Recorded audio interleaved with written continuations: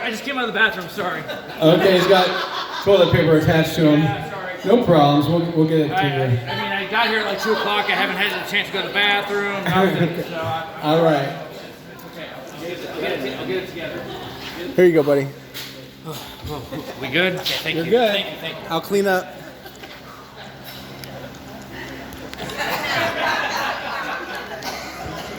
Rub-a-dub-dub. Enjoy the grub. Okay, cool. Fine. All right. In all seriousness, I did not realize that I would be here today. Not in a negative way, not in a positive way. I mean, you're an only child until you're 11 years old. And you think, oh, yeah, it's great. You're the only child, you get to do everything, you're over, everything is you, awesome. Cool. But then you're like, well, yeah, how would it be to have a sibling? You know, whatever, brother, sister, doesn't matter. You're like, yeah, I'm not sure, I don't know. It would be cool. And then, yeah, after at 11 years old, found out that my parents were going to move into the adoption phase because they had, no options for another kid. At the time, we'll let that table that for later. Yeah, so it was good because, like I said, it was. But then again, you're 11 years old. Now you have toddler in the house, and you're not sure what to do. You're at that age. I don't know what to do.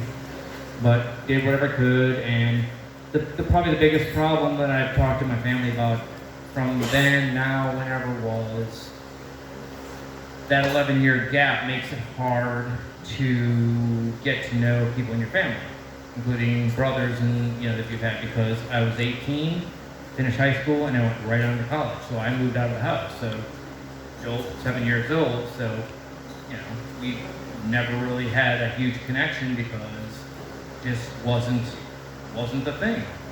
It was hard. So over time, I go back to some of the stuff about where he said, like, you come around, had some issues, like, I'm going to come back around.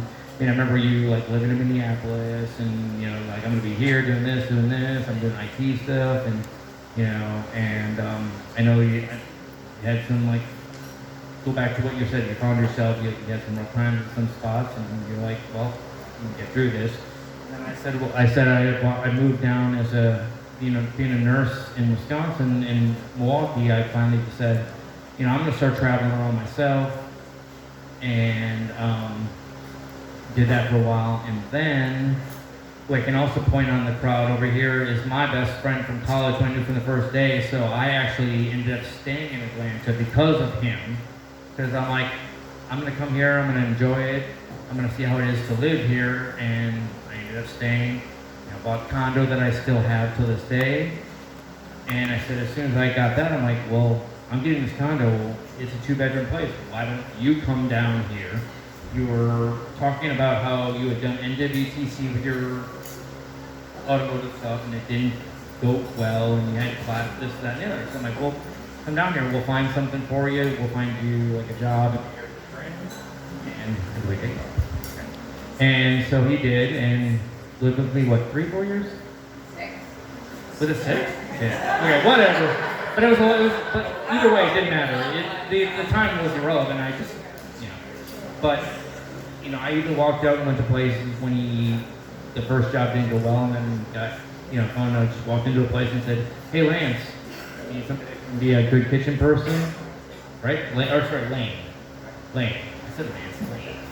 And he got that, and then just kind of, took it from there, and took his whole, working with Olive Garden or working with whoever, and that overtook his whole thought of, not that he still can't do the automotive, because I know he can, but took that into the level and just, I can't imagine it because I don't have to work. I have to work weekends, I work nights, but I can't imagine having to work like all the weekends as a food person. That's just, it's what you do. You have to bust your ass and you have to work hard. Joel And- kills it. Yep.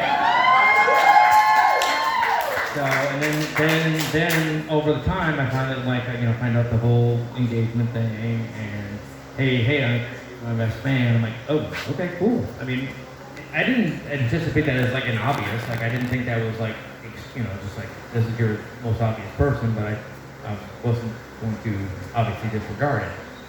And then he says to me, hey, you met Jess for like 5 minutes when we came down for a, Christmas exchange before we went on a cruise. So I'm like, I tried to come down here and at least have some time before, and I did that. And, we went and hit the mini golf course. We hit the mini golf course in the middle of, the humidity, and, and I went back and I'm like, I'll be back here in a month, and here I am, and I'm celebrating my younger middle brother getting married.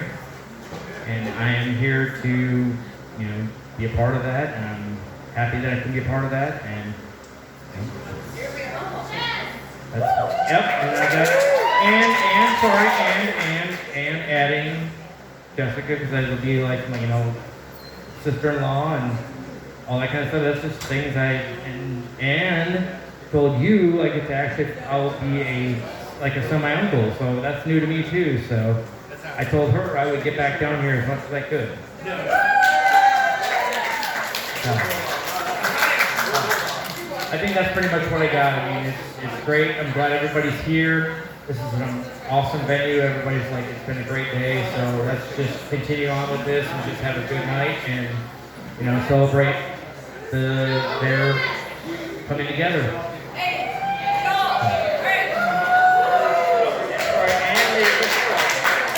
So cheers to Joel and Jess.